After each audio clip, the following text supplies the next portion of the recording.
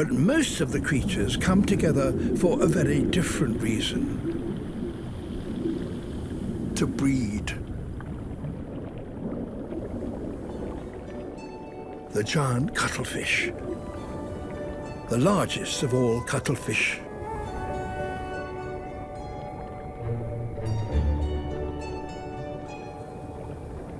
They live for just 1 or 2 years.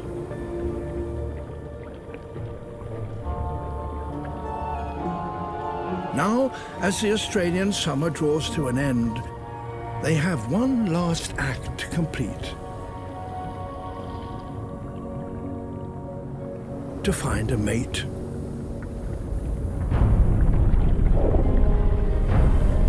But there are over 100,000 males competing for the arriving females in this one bay.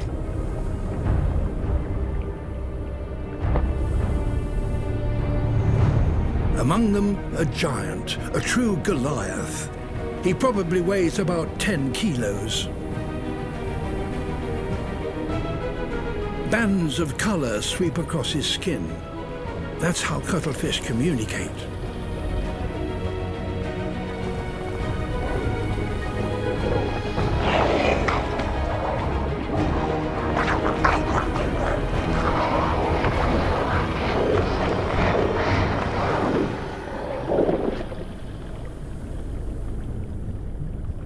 This smaller male couldn't possibly take him on.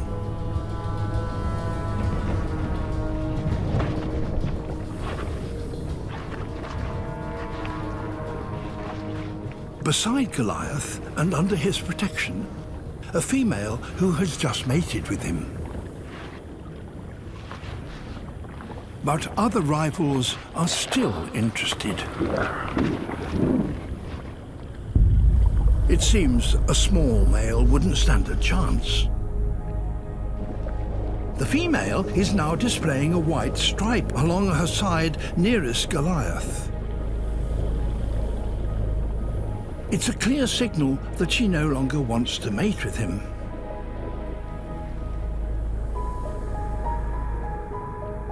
It's all the encouragement that the little male needs.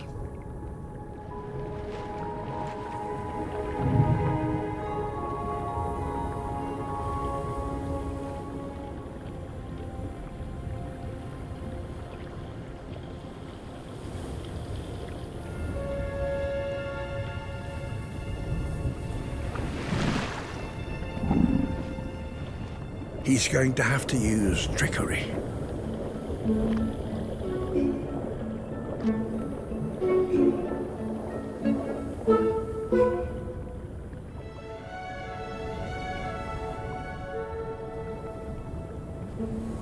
He tones down his colors and tucks in his arms. He's just the right size to mimic a female.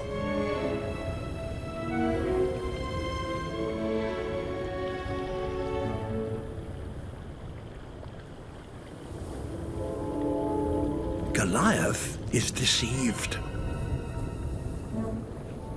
The small male now displays a white stripe, just like the real female, to deter his advances.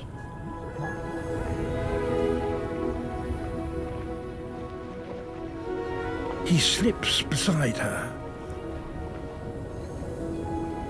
and they mate.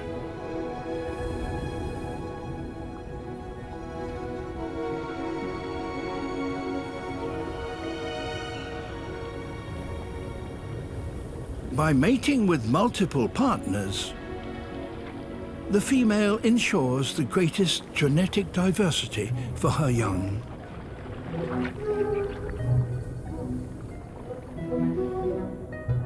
The sneaky male leaves, his final act complete.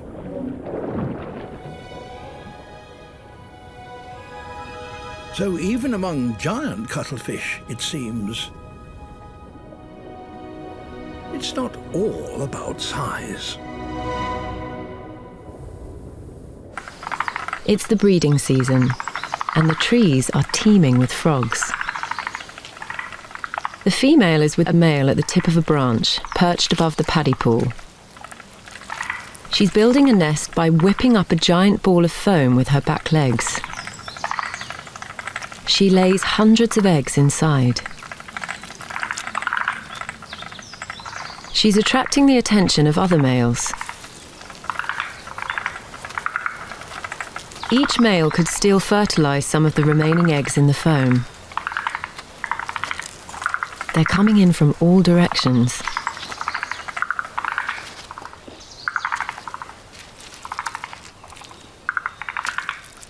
But the foam makes it hard to get to grips with the competition.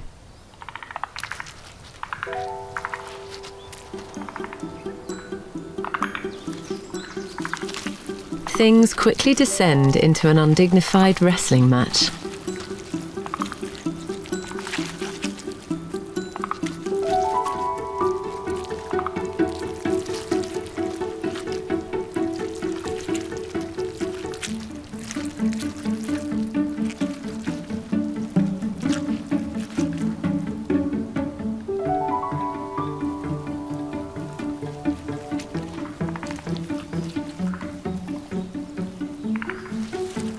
This male's work here is done.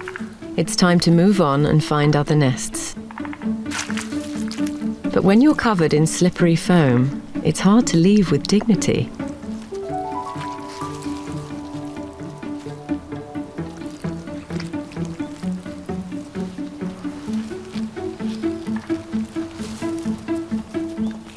It's an unusual problem for a tree frog.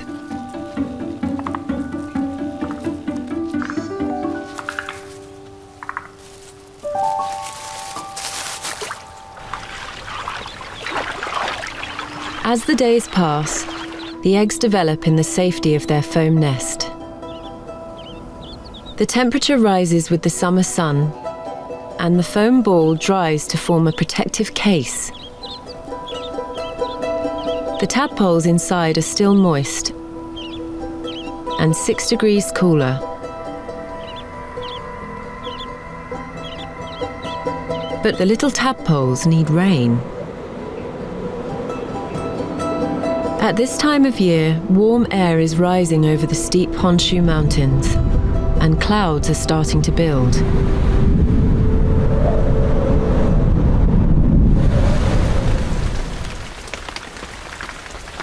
The tree frogs have timed their nest building perfectly. After 20 days, conditions are just right, and the waiting is over.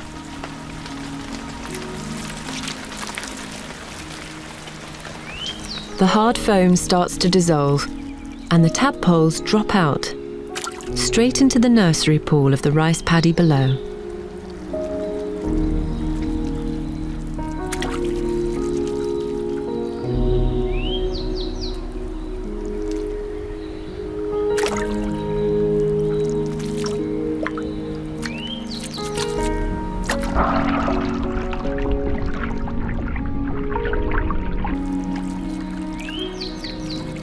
They feast on the remaining pieces of the nest, a final meal before they take their chances in the big wide world. Their mother has pulled off a remarkable feat of planning.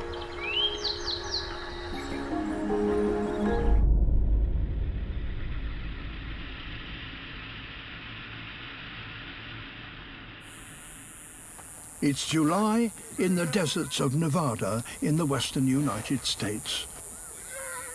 The hottest time of the year.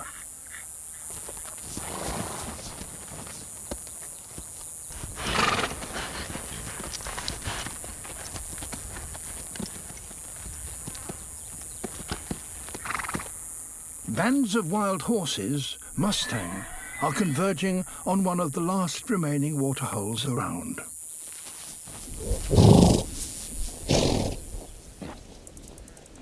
Now, water not only offers them the chance to drink, it can also bring power.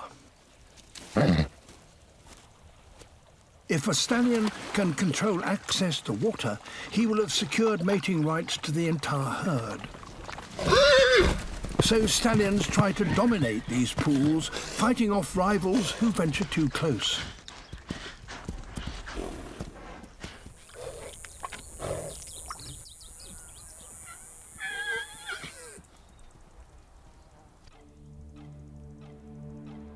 A stranger. He's travelled 15 kilometres to be here, because the pools where he's come from have already dried up. With him come his females. If he can't provide them with water, they will leave him for the white stallion, who already dominates this pool.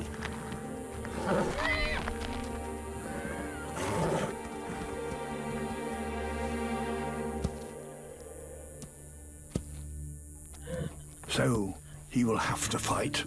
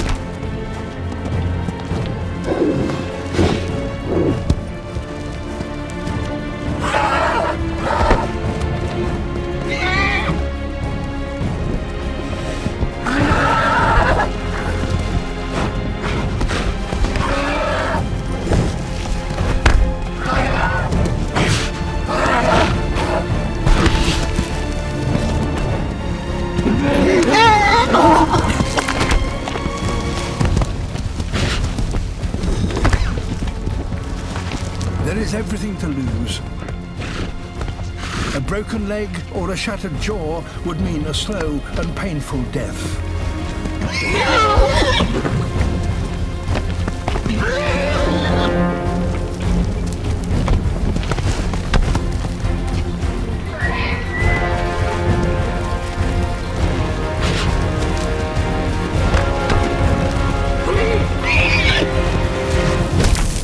A missed kick, and it's all over. The new arrival has won. And his prize is more than just a chance to drink. He has provided for his herd and in the process stolen his rival's females. The white stallion's rule is over.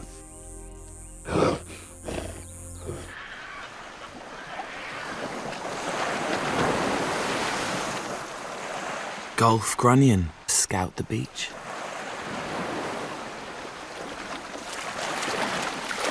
Then, in their hundreds, females surf in on the waves, shadowed by eager males. They are here to spawn. But it's not going to be easy. Each female tries to propel herself as high up the beach as she can, to lay just beyond the reach of the waves.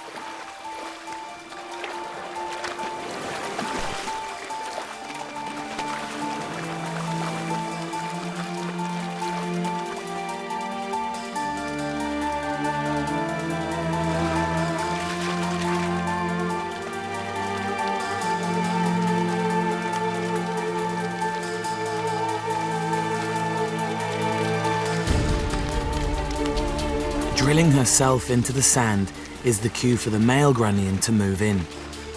They wrap themselves around her, jostling to fertilize the eggs.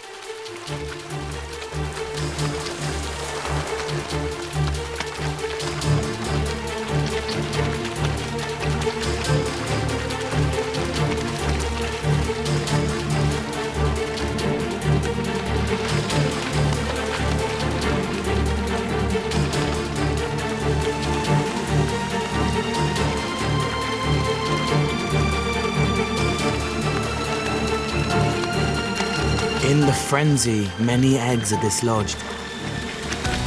Once flicked out of the sand, they won't survive.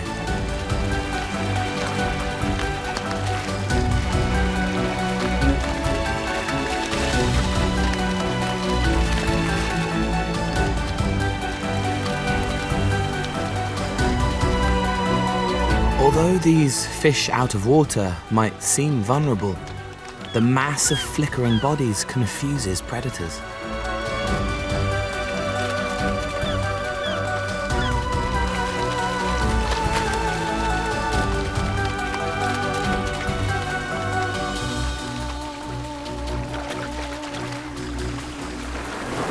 The greatest danger comes as they wriggle back to sea. This is the moment the pelicans have been waiting for. Slightly deeper water means they can get their bills underneath to scoop out their victims.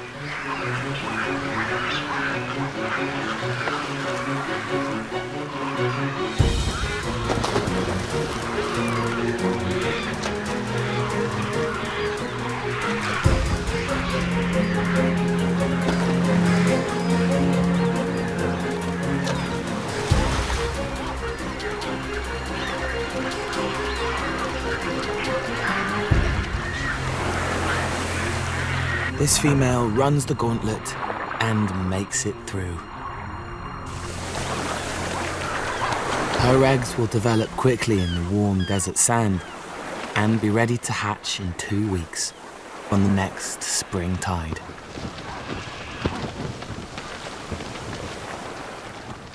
In Papua New Guinea, the bowerbird has lovingly rebuilt and redecorated his bower.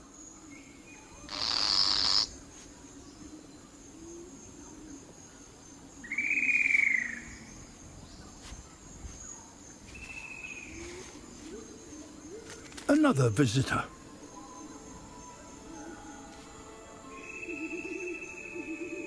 This time, it's a female. This is just where he wants her. Time to begin the show. First, he expands his pupils alternately.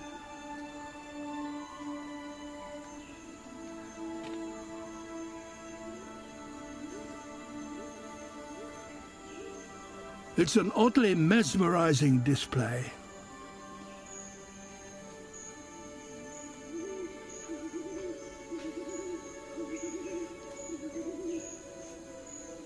A spot of limbering up, accompanied by a weird and wheezy call from deep in his throat.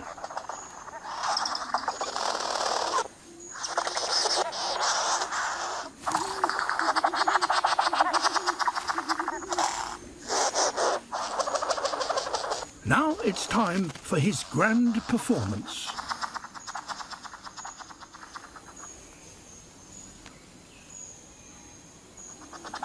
He waves his wing like a matador's cape.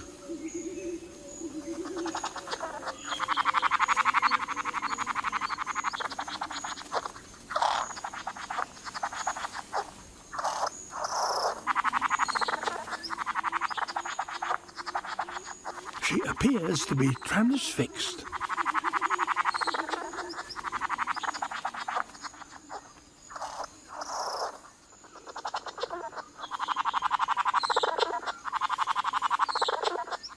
This is certainly eye-catching, but it seems he needs to do more.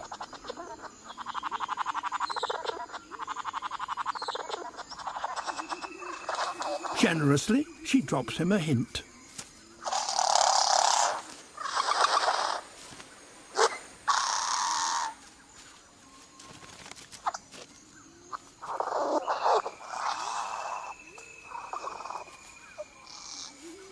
It's the bird equivalent of a bouquet of flowers.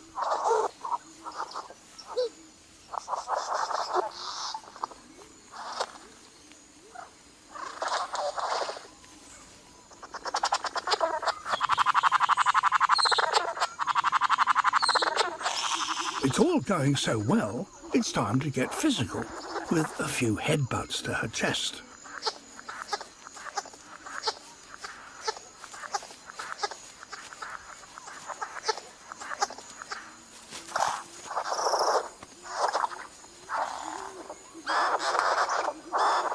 One final flourish to cap weeks of effort.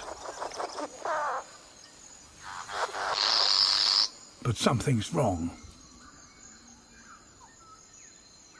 His rival is back, and at the worst possible moment. What should he do?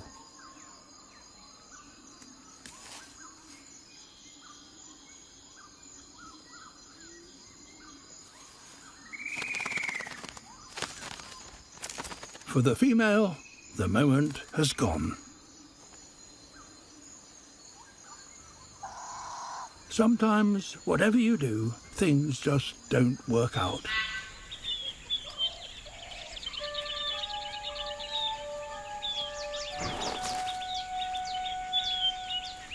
Acting this laid back tells Bagani he's not a threat.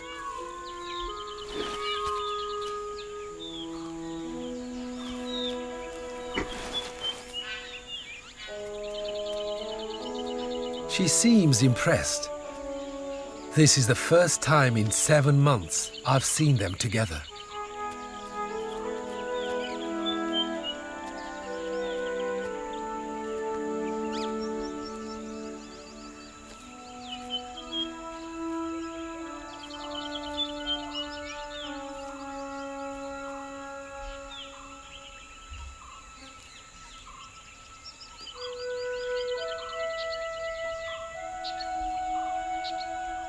A quick peck on the cheek from Bagani.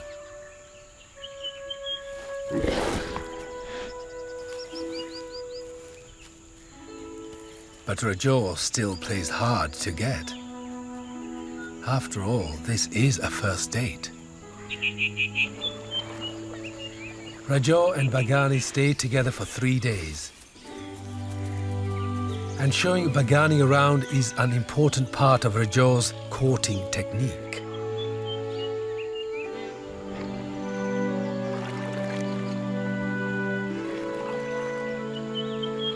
This is his favorite waterhole. And a dip in the pool is guaranteed to impress.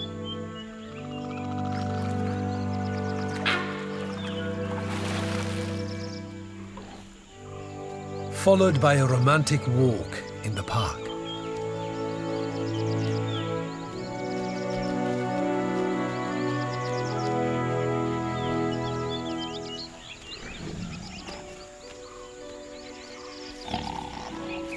Tigers form a close bond for the few days they are together.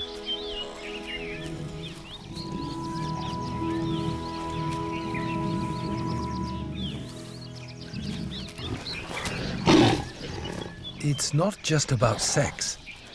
I think tigers get lonely.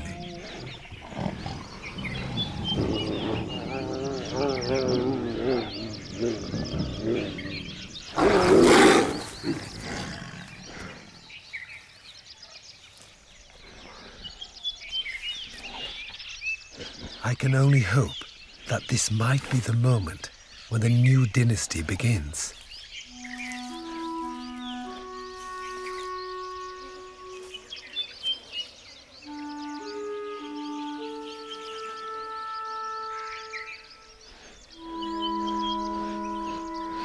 But there are still threats in Sariska.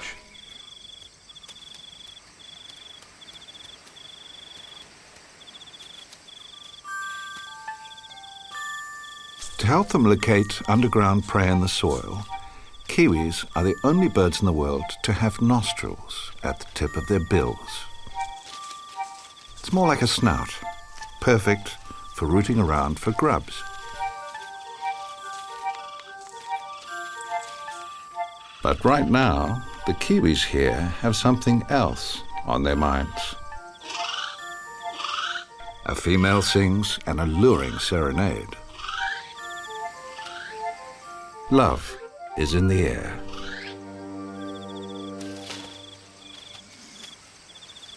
These birds are part of a habituated group, which means we can film intimate details of their private behavior.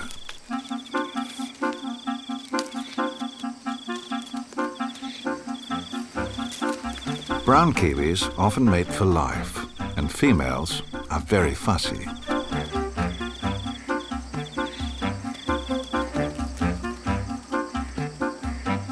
In Kiwi couples, the ladies are normally the ones in charge, but he's happy to follow her around. He flirts by grunting and tapping her bottom with his beak. She takes a lot of persuading, but eventually succumbs to his charms. At around 4,000 pairs, this is the Caribbean's largest colony of magnificent frigate birds. Each year from August to October, males fly in from other corners of the Caribbean to breed. Once a male arrives, he's got his work cut out to find a mate.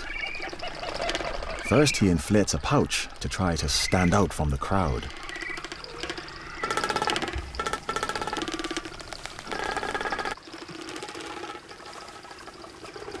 He has to jostle for a good nest site, high in the mangroves, then fight off rival males to keep it.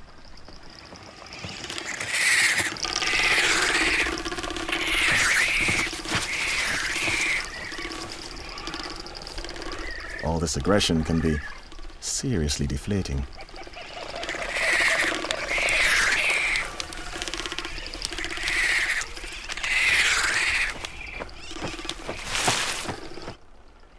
Once he's seen off the competition, he still has to lure a mate.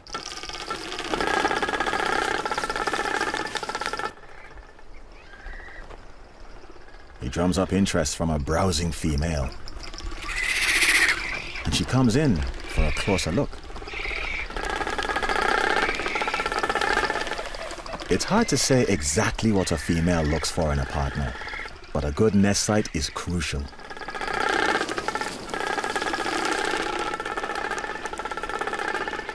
And this one isn't up to scratch. Plenty more birds in the sky.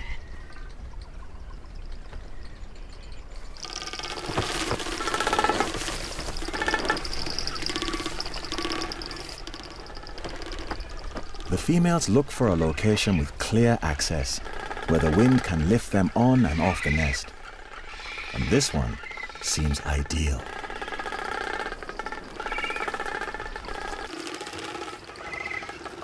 But before the pair can raise a family, they have to build a nest.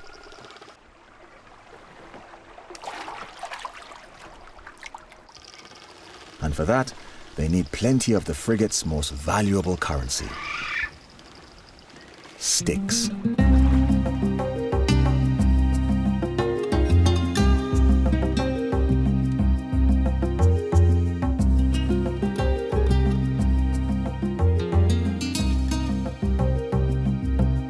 Loose sticks can be hard to find and easy to lose. The male is ambushed by his fellow frigates, the true pirates of the Caribbean.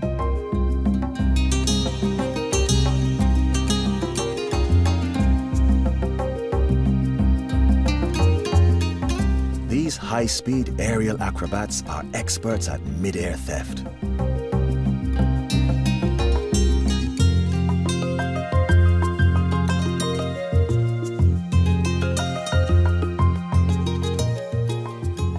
Needs all his flying skills to hang on to his stick, so he can build a nest.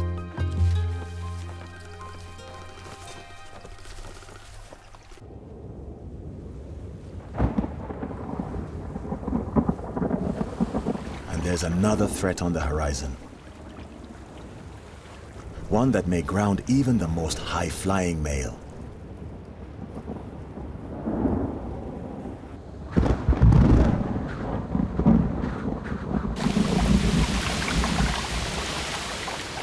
Between June and November, hurricanes can strike out of the blue.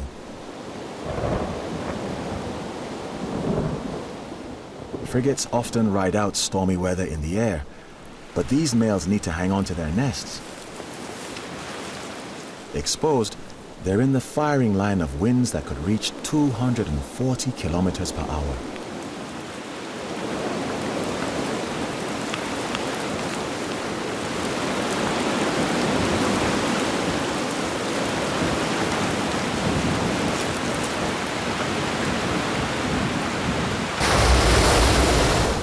grass is hard to process, so grazers have to consume vast amounts.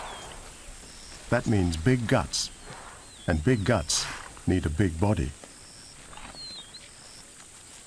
A diet of grass also means eating for up to 16 hours per day, and that leaves little time for the other important tasks. These are Uganda kob, the most abundant antelope in the western Rift Valley. Somehow, they find time to indulge in a surprisingly complex mating ritual. The kob have a dedicated mating ground known as a lek. It's where males gather to flaunt themselves, and the females turn up to pick a mate.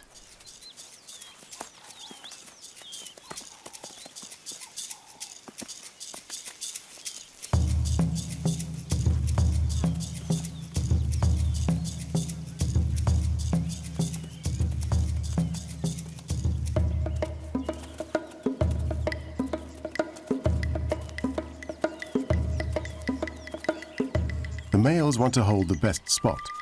To win it, they have to fight.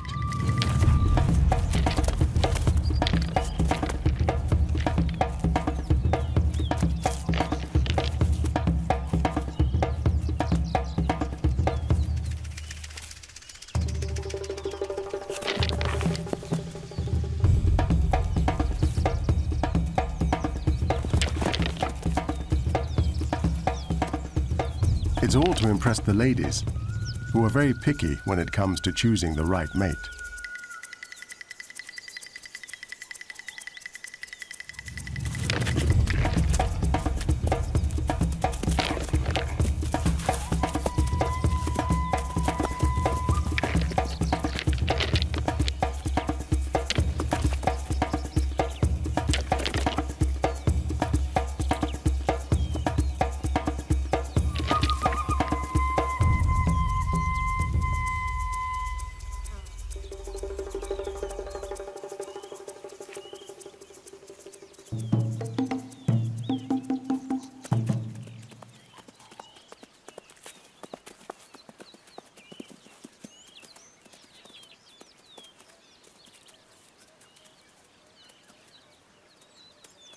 The females are after the buck with the best blood, the strongest male holding the most coveted position right in the middle of the lek.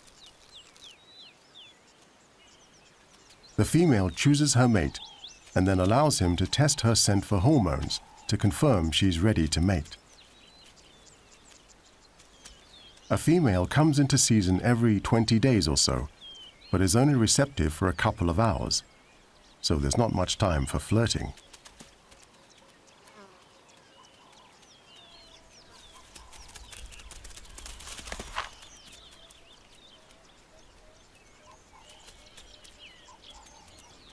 Job done.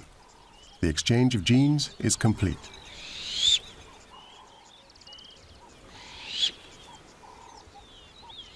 Now the female can relax under the protection of her champion. The sun takes control.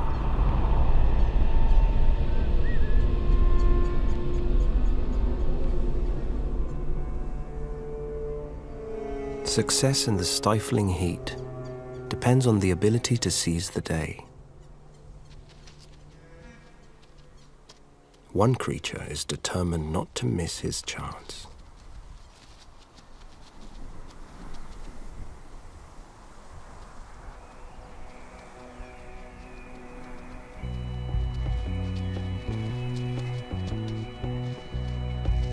Patagonia's male wandering tarantulas are searching for love.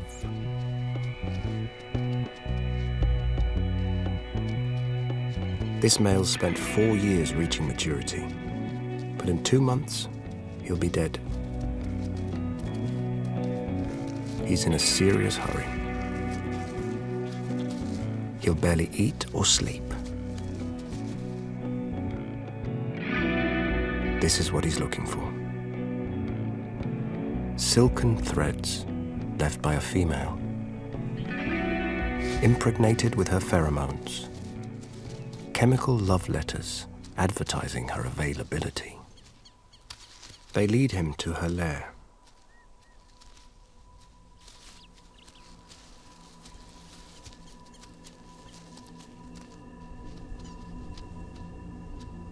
she can live for 30 years. She's seen many suitors in the past.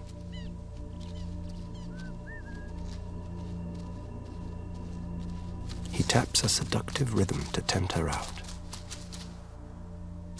She replies.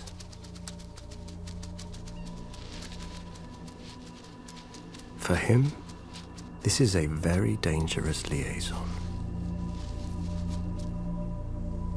He eyes her up. If he's not her type, she'll eat him.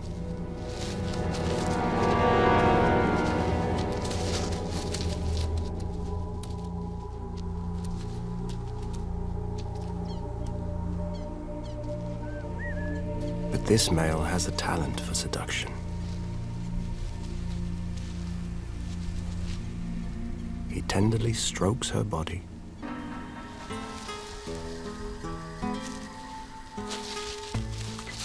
She relaxes, opening her fangs, allowing him to move closer.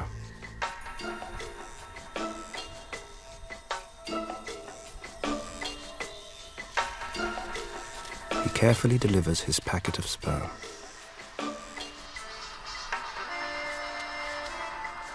During mating, the female falls into a trance-like state.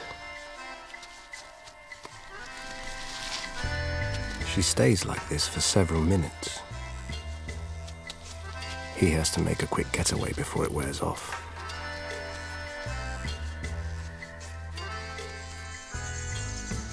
For tarantulas, lingering goodbyes are generally fatal.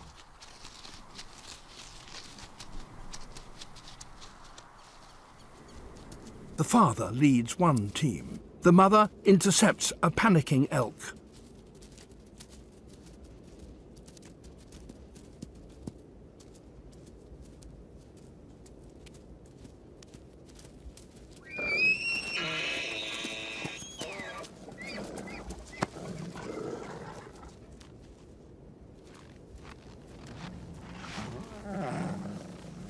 They all share the spoils.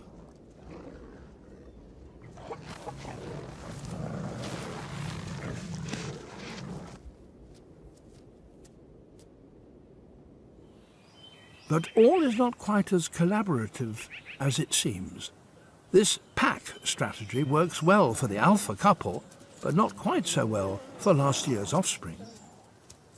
The youngsters could have their own pups, but for the alpha couple, that would mean more mouths to feed and less for their litter. So the alpha couple will actively discourage last year's offspring from mating, but one of their daughters has other ideas.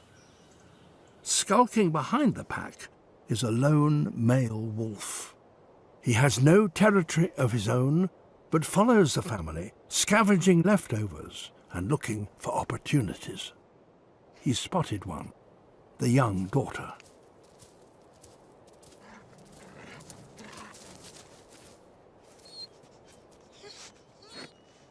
The intruder could be in with a chance, as long as he's not caught. The pack leader could kill him.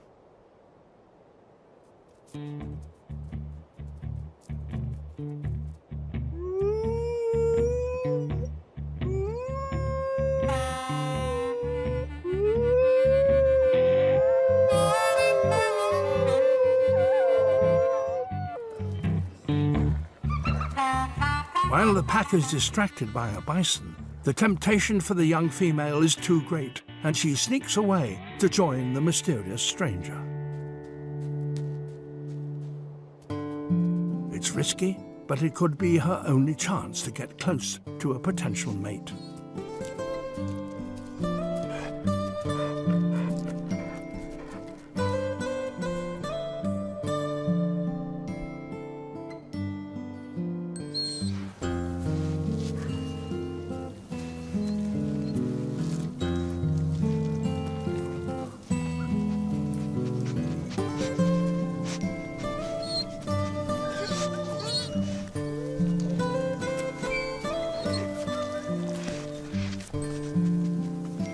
When mating, wolves lock together, unable to separate, for half an hour to ensure fertilization.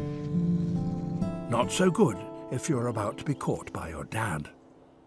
The affair was always destined to be a short one.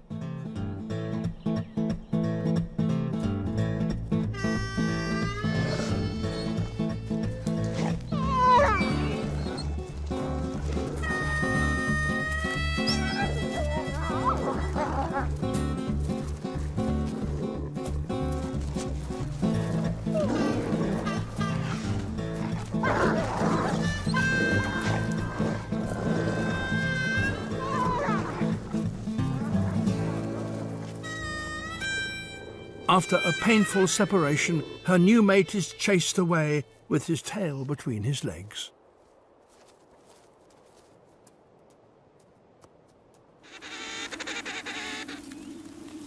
Penguins looking for a partner set themselves apart and start to display.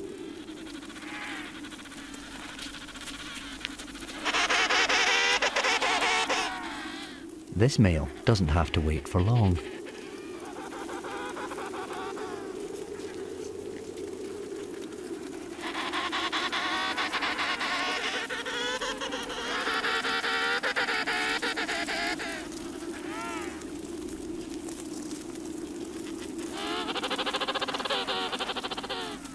He's unlucky this time.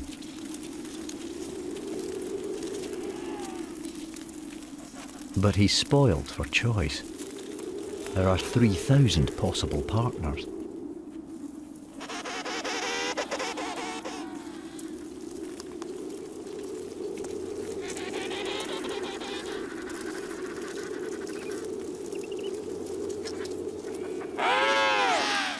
Her waddle walk shows she's keen.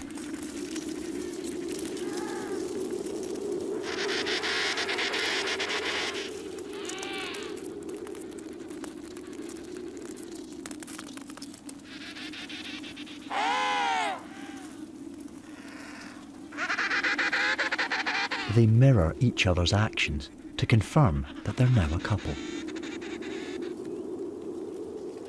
But their blossoming romance soon sparks jealousies. A second female tries to muscle in.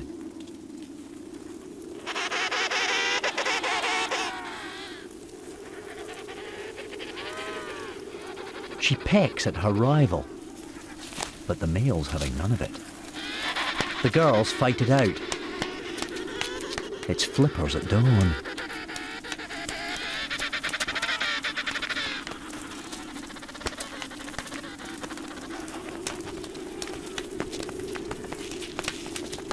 She shoves her challenger to the ground. But it's not over yet. Her mate cheers her on.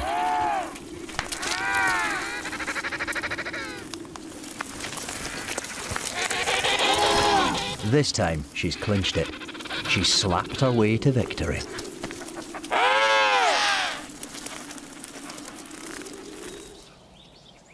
Spider silk with the scent of a female.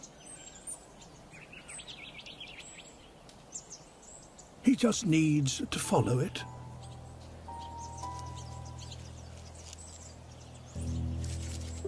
Wherever it leads him.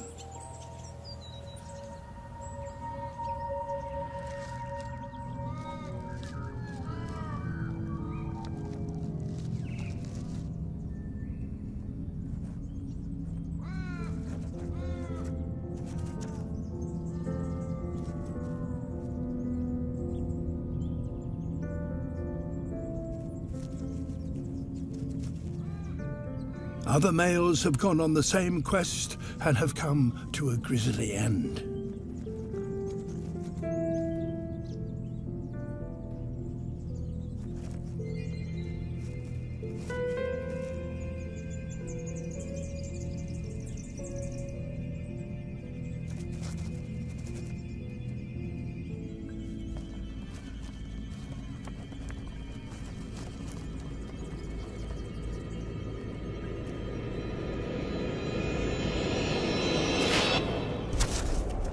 Here's the female, and she doesn't look very amorous.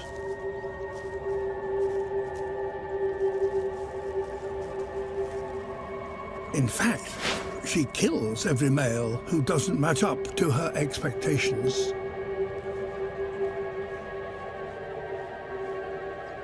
What can he do to win her over?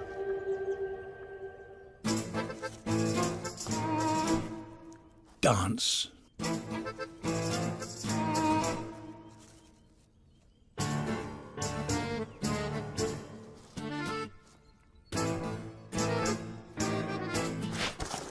Dance for his life. He will need a show-stopping trick to avoid becoming lunch.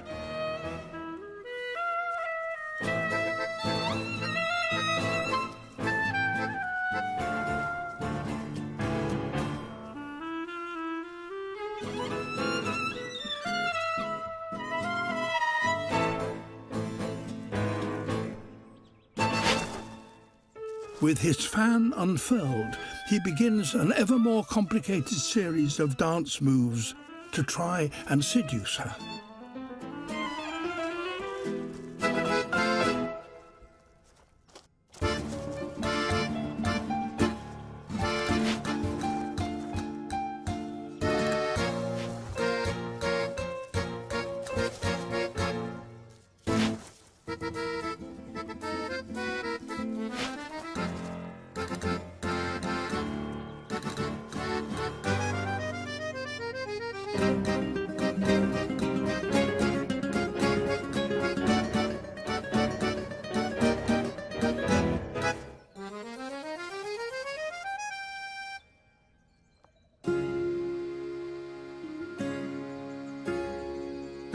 At last, she succumbs to his advances and allows him to mate with her.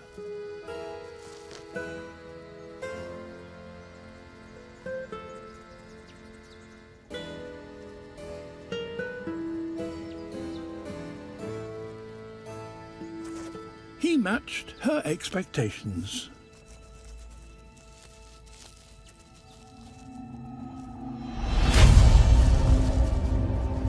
But she kills him anyway. The Pantanal has escaped the flames. But here, most of the rivers are now barely recognizable.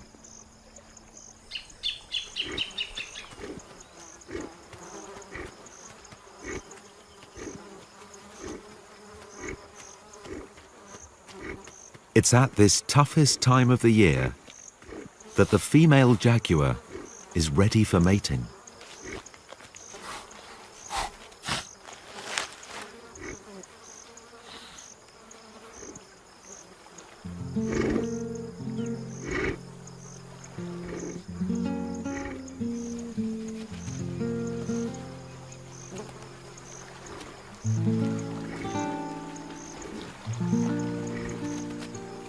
Finally, the male search is over.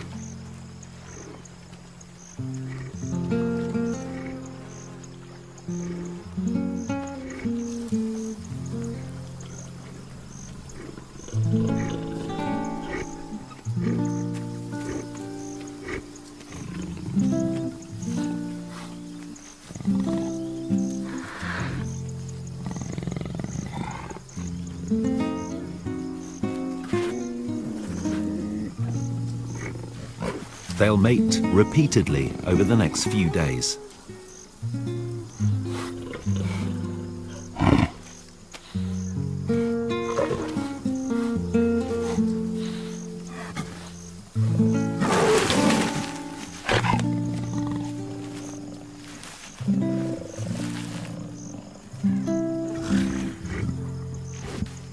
Until recently, jaguars were thought of as solitary, only ever getting together briefly. But the jaguars in the Pantanal are now revealing a different side to these cats.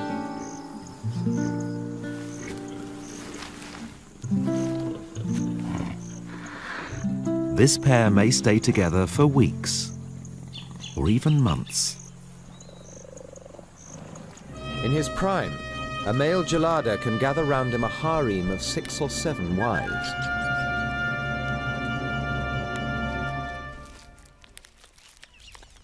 Sex causes a great deal of tension, because each male lives alongside other hot-tempered tyrants who constantly threaten to abduct his females.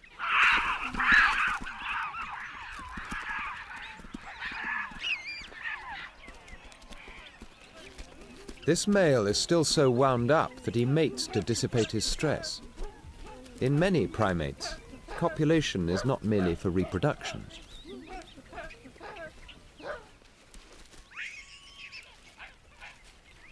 Female geladas can't live with a high level of aggression. They want to be left in peace to rear their offspring. So they've got ways of preventing their despotic male from behaving too badly. Inviting him to groom them and grooming him calms tense situations. Picking through each other's fur also reinforces social bonds or friendships. But if the male starts to bully one of his wives, they all gang up and retaliate.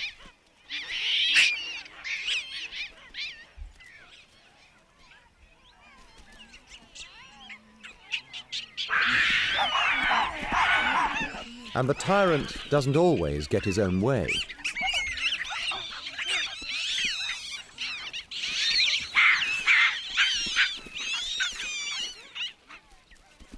Yet paradoxically, the females need fierce guardians to protect them from being sexually harassed by unattached males. There's no shortage of them. Gangs of frustrated young bachelors lurk around the edges of the troop.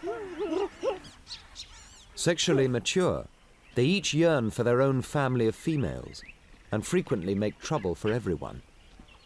It's a universal social problem: how to control the aggressive tendencies of young males.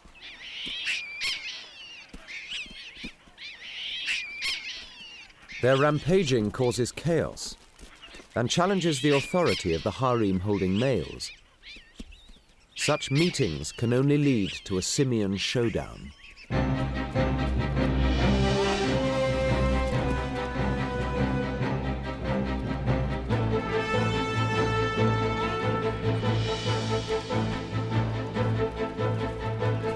This male puts on an act of bravado. He's greatly outnumbered.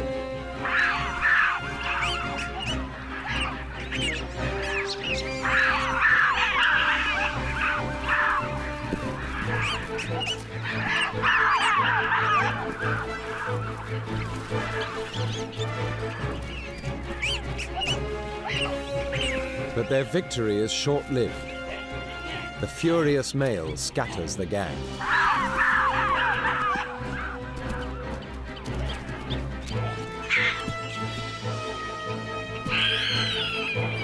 One day this tyrant will meet his high noon and lose his females, but not today. He broadcasts his triumphant win to the rest of the troop from the top of a tree.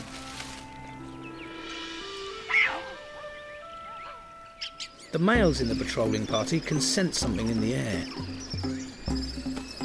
Big Red, Missy B and Stella, the older females who've already given birth, are coming into season again, as are some of the younger females.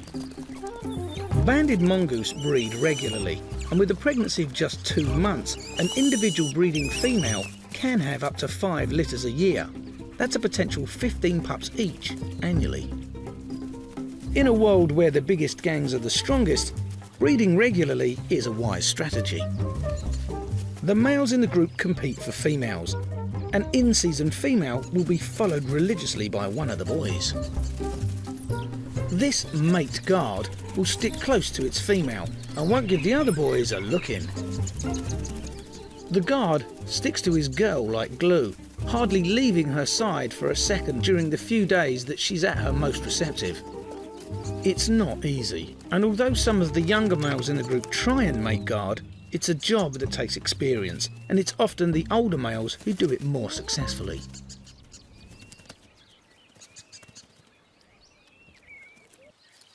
Face is a middle-ranking male, and he fancies himself as a bit of a Casanova when it comes to the ladies. He's been guarding Big Red all day and has finally cornered her in the bushes. But she's clearly not impressed by his technique.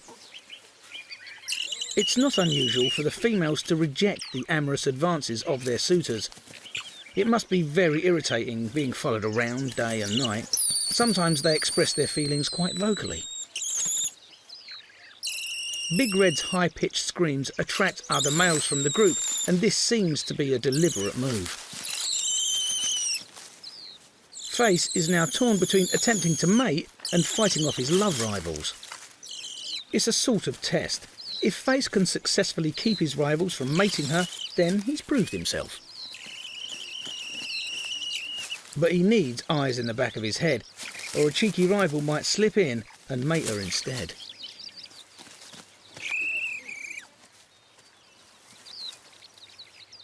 On this occasion, and despite all the shouting, Big Red gets her way and manages to avoid mating altogether. Once she's decided she's ready, she won't be so coy. Every spring, the male alligators put on a spectacular mating display. They sink down in the water, so their backs are just below the surface and make really low-frequency sounds. And the consequence of that is that water droplets on their back look like they're dancing. And it soon becomes a water dance-off, as rival males compete by displaying to females. I've never really had any desire to be close to a bellowing alligator, but I do want to see this. And to do it, I've got to trigger a chorus of amorous alligators.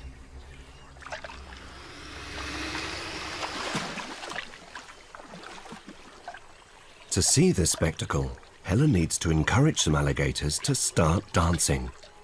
And to do this, she needs to replicate their infrasonic calls, so they think there's a larger male close by.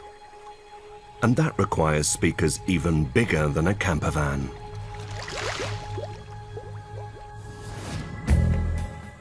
These speakers produce sounds of 19 hertz, the same deep frequency as the alligators bellow at. So let's see if they can entice a grumpy alligator to start flirting.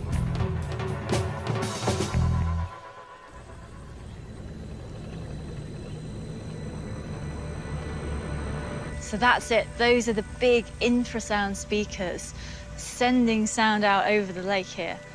And now we just have to wait and see if any of the alligators react.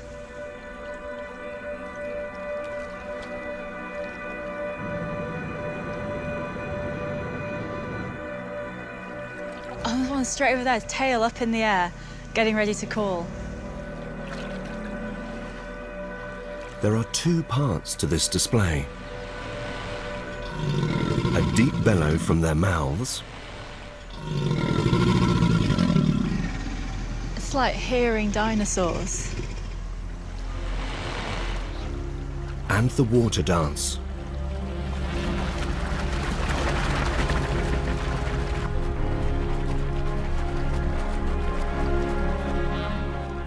Although we can't hear it, these alligators are actually producing a very low-frequency hum.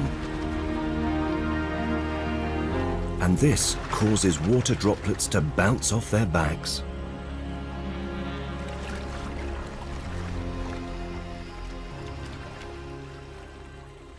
For these ancient predators, this elaborate display is essential for attracting mates.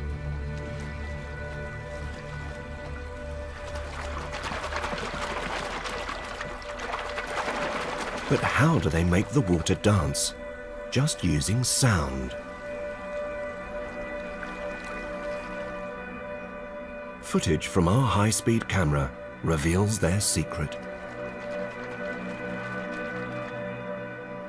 The alligator's back is just below the surface of the water. As it begins to bellow, its entire body vibrates. And its back acts like a piston, driving the surface of the water into a dramatic splashing display.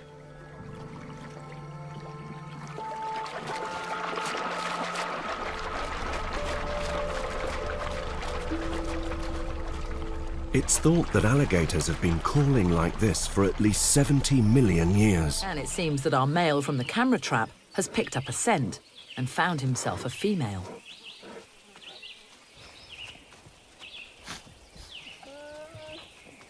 Due to his small size, this male wouldn't normally have a chance to mate.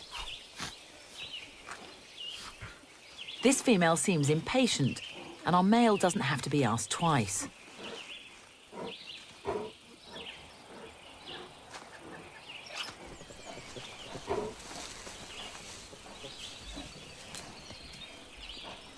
His small size causes a few logistical problems. But with persistence and the odd leg up, finally he succeeds.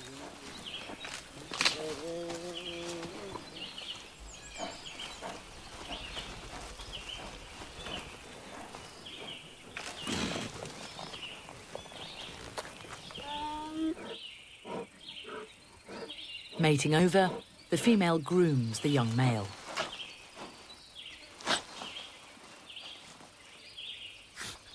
With no yearlings around, she can afford to spend time with her man.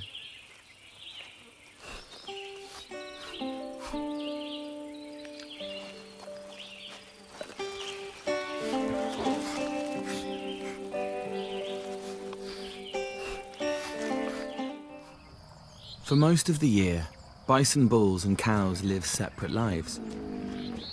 But for a few weeks in late summer, thousands congregate in this Yellowstone Valley. It's the rut, the mating season, and the biggest bulls are busy guarding their harems. A dominant bull might mate with over 50 females.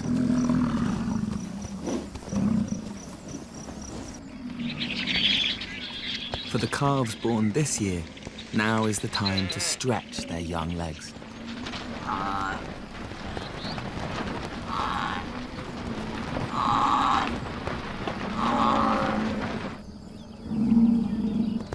But as the herd grows, so tensions rise.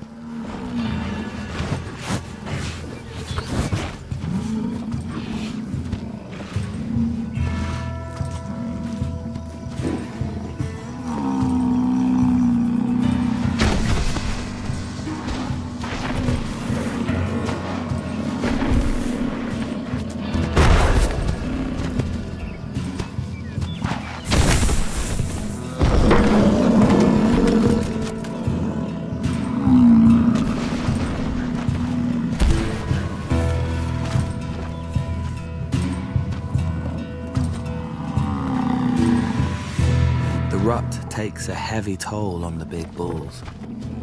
So, arriving now could give this young contender an edge.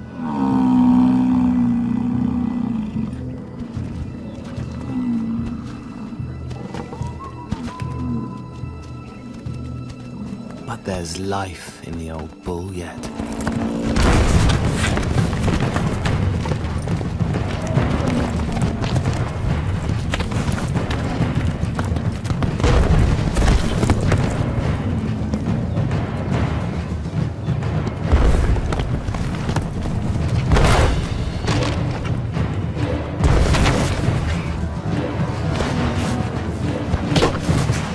To head, the challenger more than holds his own.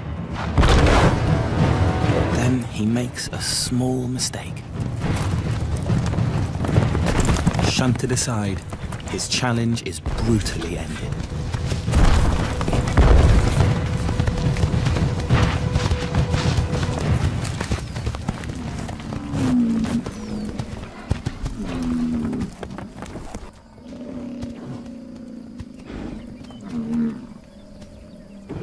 The young bull gambled everything and has paid a heavy price.